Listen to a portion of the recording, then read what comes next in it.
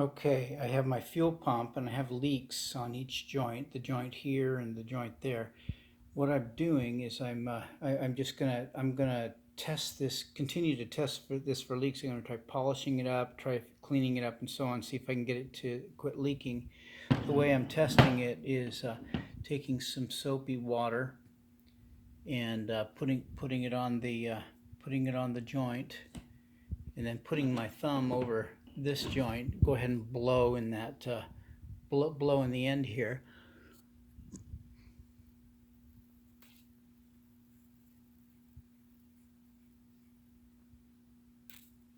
And you can see both sides of the joint, both on the hose end and on behind the nut. It's leaking, so I'm going to try cleaning it up.